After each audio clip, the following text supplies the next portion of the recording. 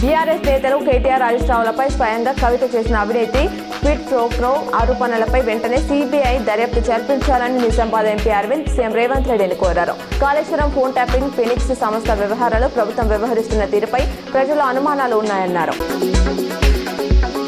Party పెట్టుకొని నా పని నేను చేసుకుంటూ ముందుకు సాగుతుంటే తమ పార్టీతో ఎలాంటి భయం లేదని చెప్పే బీఆర్ఎస్ నాయకులే ఎన్నికల సంఘానికి 1000కి పైగా ఫిర్యాదులు చేశారని టీఆర్ఎస్ అధినేత్రి కవిత అన్నారు.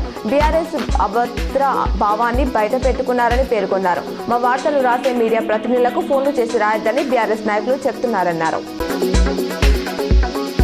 మీడియా స్వేచ్ఛను కేసీఆర్ ప్రభుత్వం 10 ఏళ్లలో పూర్తిగా హరించిందని మాజీ మేయర్ కాంగ్రెస్ సీనియర్ నాయకుడు ధర్మపురి సంజయ్ ఆరోపించారు.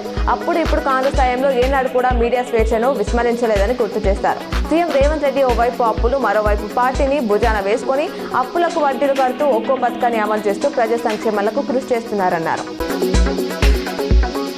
తెలంగాణలో బీజేపీ అధికారంలోకి రావడం ఖాయమని నిజామాబాద్ ఎంపీ అరవింద్ ధర్మపురి ధీమా వ్యక్తం చేశారు. గురువారం నిజామాబాద్లో బీజేపీ కార్యాలయంలో ఆయన మీడియాతో చిట్చాట్గా మాట్లాడుతూ కాంగ్రెస్ బీఆర్ఎస్లు గజ దొంగలని, కాళేశ్వరం ప్రాజెక్టుపై 2 పార్టీలు డ్రామాలు ఆడుతున్నాయని ఆరోపించారు. కేసీఆర్ పాలనలో రాష్ట్రం అప్పుల పాలైందని మండిపడ్డారు.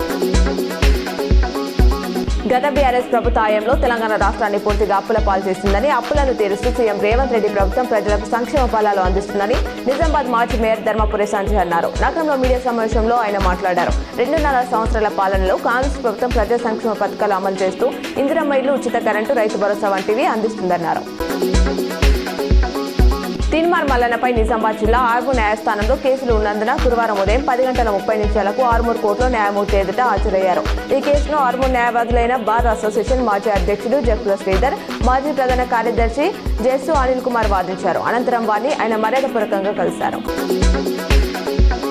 క్రీడల్ని ప్రోత్సహించేందుకు ప్రభుత్వం పాలసీ తీసుకువచ్చిందని సీఎం రేవంత్ రెడ్డి అన్నారు. రాష్ట్రంలో క్రీడాకారులకు వసతులు కల్పిస్తామని పేర్కొన్నారు. గచ్చిబౌలిలో young India physical education and sports యూనివర్సిటీని ముఖ్యమంత్రి రేవంత్ రెడ్డి గురువారం ప్రారంభించారు.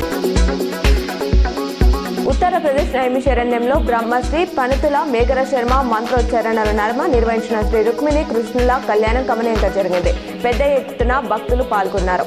రూరల్ నియోజకవర్గంలో ఇందల్వాయి మండలం ఎల్లారెడ్డిపల్లిలో జిల్లా పరిషత్ ఉన్నత పాఠశాలలో అదనపు గదుల ప్రారంభోత్సవ కార్యక్రమంలో పాల్గొని పలు అభివృద్ధి కార్యక్రమాలకు ఎంపీ ధర్మపురి అరవింద్ శంకుస్థాపన చేశారు.